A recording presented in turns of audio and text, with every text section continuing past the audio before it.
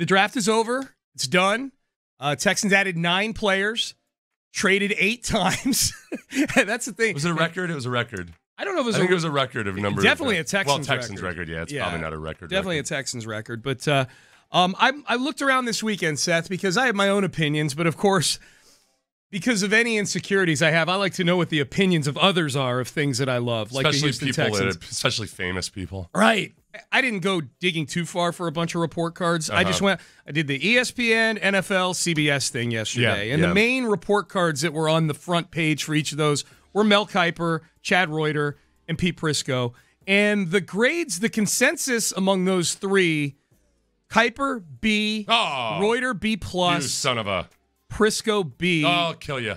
And you had told me before the show that you guys you and the KHOU posse had found a few A's out there. Well, for the Texans. Jason Bristol, Sporting News, A-, Sports Illustrated, A, USA Today, A, Pro Football Network, A-, New York Post, best headline writers in the biz. What'd they give them? A. Okay. Kiper, a B, and then fantasypros.com, A-. Nobody's giving him anything below a B. I was showing all these A's, and you were talking about all these B's. I thought that the talking heads, at least from what I was seeing, maybe this is what the algorithm was delivering it to me, was a lot of guys like Dan Orlovsky and others really applauding the Texans for their aggressiveness. That's where, like, the little voice in my head, the little yeast infection in my brain says, like, yeah, people love the aggression on draft day until it doesn't work. Yeah, it's a very much a boomer bust situation. So you take 2 guys where, and like we also talked about, like, we're not going to get too much into like the whole, hey, you're actually drafting for Stroud.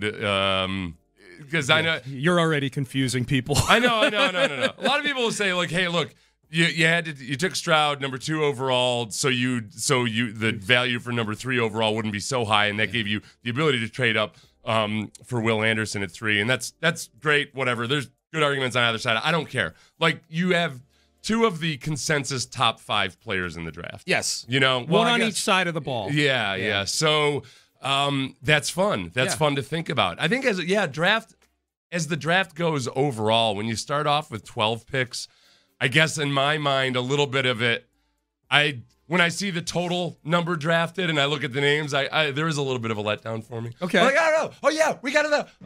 Okay. All right, cool. Good to go.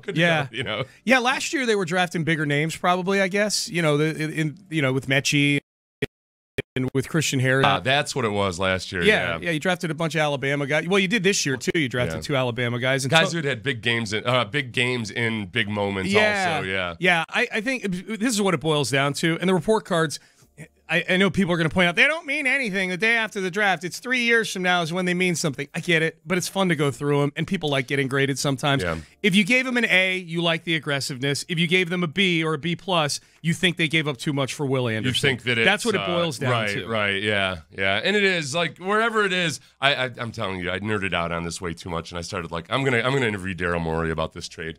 About the Will Anderson trade? Yeah, I'm intrigued by what Morey thinks of it, because if everybody's a little too trite on both sides. There are some people saying, like, well, you traded up for Will Anderson. Now, you don't spend that much for anything except a quarterback. And then you have other people saying, well, no, it's simple. It's just a trade for C.J. Stroud. Yeah. It's more complicated than that. But as long as there really is a plausible argument, and there is for it being a trade for C.J. Stroud more so than Will Anderson, the package deal and the actual fact that if, like anything in the draft, if it works out with those guys, and those guys both have considerable upside.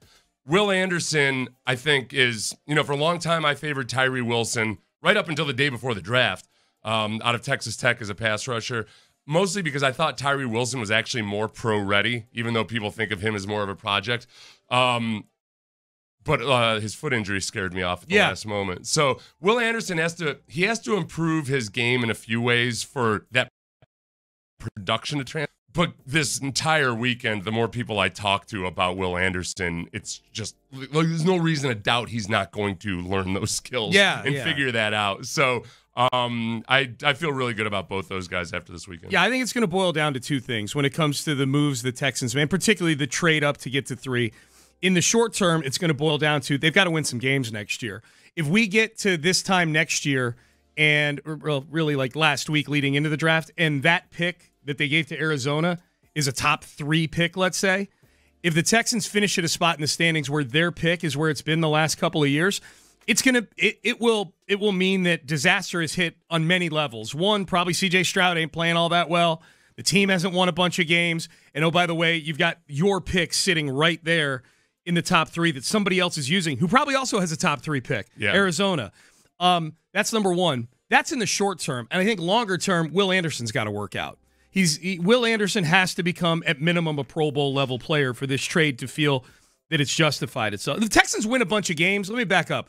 If the Texans go on to win and they become the dominant team in the division, then it won't matter what Will Anderson does. He'll probably need to be part of that. But if we're just focusing on the player itself, what you gave up in this trade, Will Anderson has to become a high-level player. It goes without saying C.J. Stroud has to. He's the quarterback.